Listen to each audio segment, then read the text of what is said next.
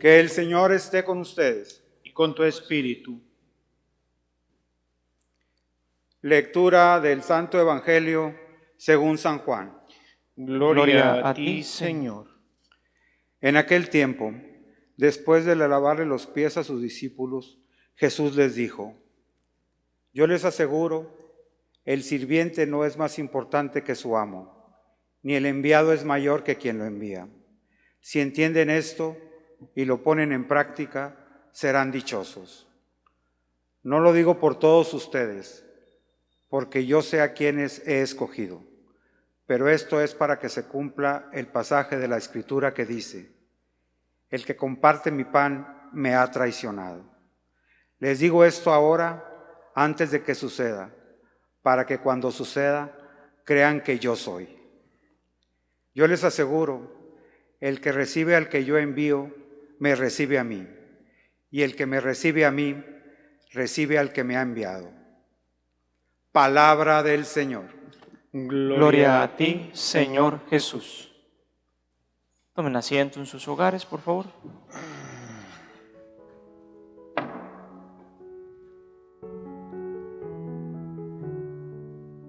Como lo hemos estado haciendo durante estas semanas de Pascua, en un primer momento me gustaría decir una palabra sobre este texto que hemos escuchado de los Hechos de los Apóstoles y después hacer un comentario al Evangelio de San Juan que también hoy se ha proclamado.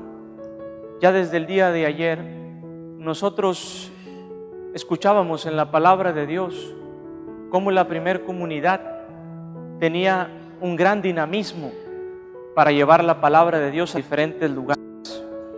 Era una comunidad inquieta, podemos decir, para que la palabra de Cristo resonara en los diferentes ambientes.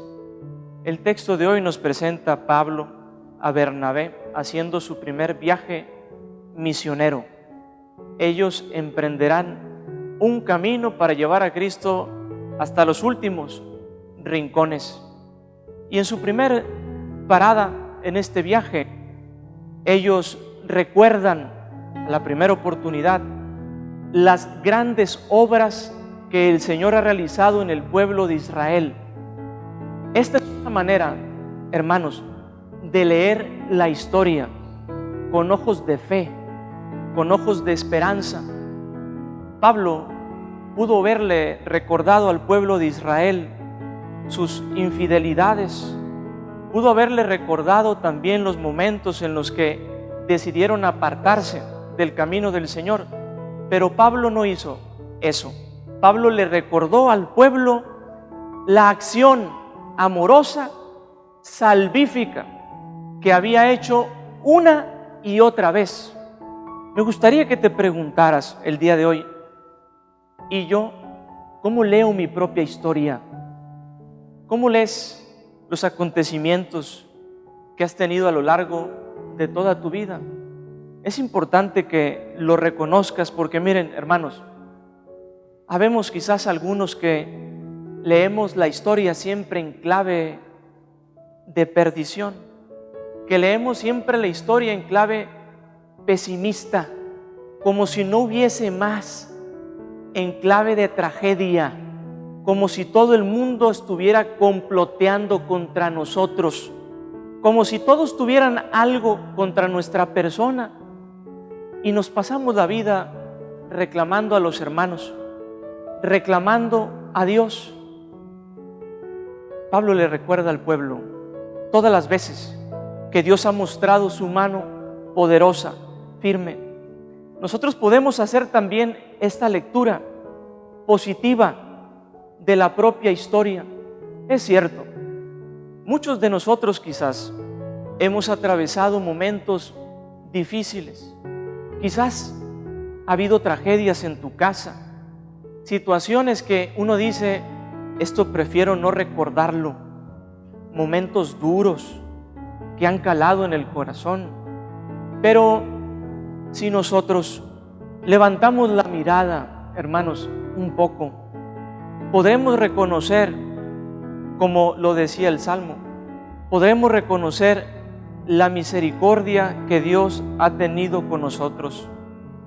nuestras vidas se van entretejiendo entre acontecimientos tristes, como los del pueblo. A ellos sí que les fue mal. Fueron conquistados por los asirios, fueron conquistados por Babilonia, fueron conquistados por los griegos, anduvieron por el desierto un buen de años, pero ellos no se quedaron con ese recuerdo.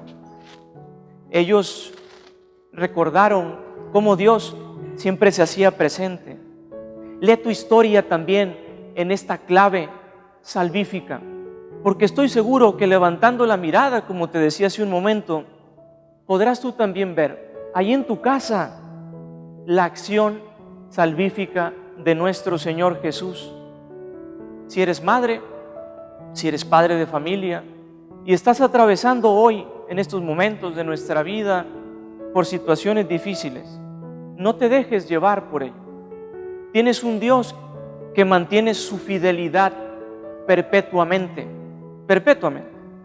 Y al final del camino, nosotros, si mantenemos la fe, podremos releer la historia como lo hizo el pueblo de Israel, en un sentido positivo, salvífico. Digo una palabra de este texto de San Juan, el capítulo 13, que hemos escuchado. Jesús ha lavado los pies a sus discípulos. Estamos en este contexto de la última cena. Y Jesús, hermanos, hace una invitación: poner en práctica lo mismo que Él nos ha enseñado. Nosotros no nos acercamos a Jesús por una mera curiosidad intelectual. No nos acercamos a Él para saciar nuestras inquietudes intelectuales. Nos acercamos a Él para aprender de su vida y poner en práctica. El Maestro ha tenido un gesto grande de humildad, ha alabado y ha servido a sus discípulos.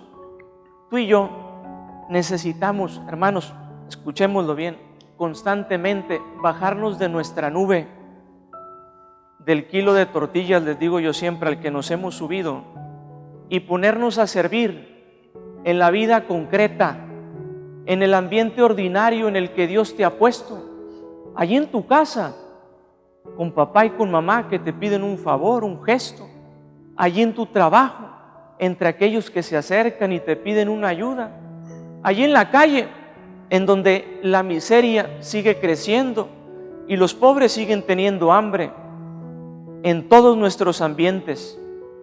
Solamente así, hermanos, nosotros podremos hacer que la comunidad cristiana siga creciendo por el testimonio de vida, no simplemente por la transmisión de una idea, sino porque buscamos imitar al Maestro, que nos ha dado ejemplo para que hagamos nosotros lo mismo.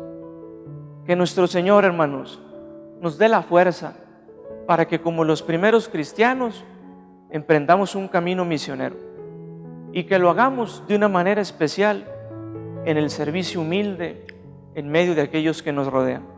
Que así sea.